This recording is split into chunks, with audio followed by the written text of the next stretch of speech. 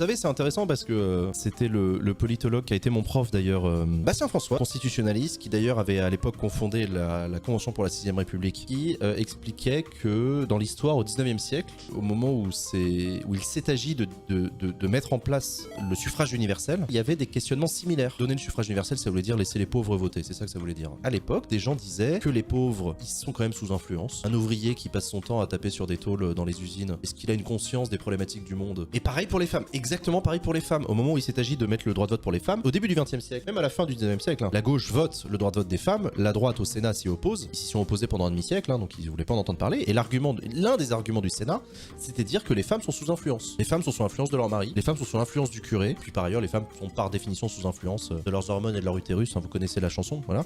Mais ça c'était des choses qu'on entendait. C'était des arguments qui étaient opposés au droit de vote des femmes, en disant que leur vote en fait serait de mauvaise qualité. Un vote est sous influence par définition. Mais c'est pas une question d'être sous influence. Alors déjà je pense que je sais pas, la recherche de pureté, de l'absence totale d'influence sur rien, ça n'existe pas en fait. Enfin, c'est très bien d'être influencé. Je sais pas vous, mais moi je suis influencé par ma vie en fait, par les gens qui m'entourent, par mes lectures, par les gens qui m'inspirent, par mes proches. C'est pas un mal en soi que d'être influencé. Fondamentalement, c'est quoi la différence entre être influencé et être éduqué? Quand vous élevez votre enfant ou vos enfants, je sais pas si vous en avez, mais vous les influencez ou juste vous les éduquez? Moi j'ai pas d'enfants, le jour où j'aurai des enfants, je pense que je vais essayer d'avoir une influence sur eux de manière à ce qu'ils deviennent pas racistes, par exemple. Et je vais pas vous mentir, je vais pas me sentir mal en faisant ça. Hein.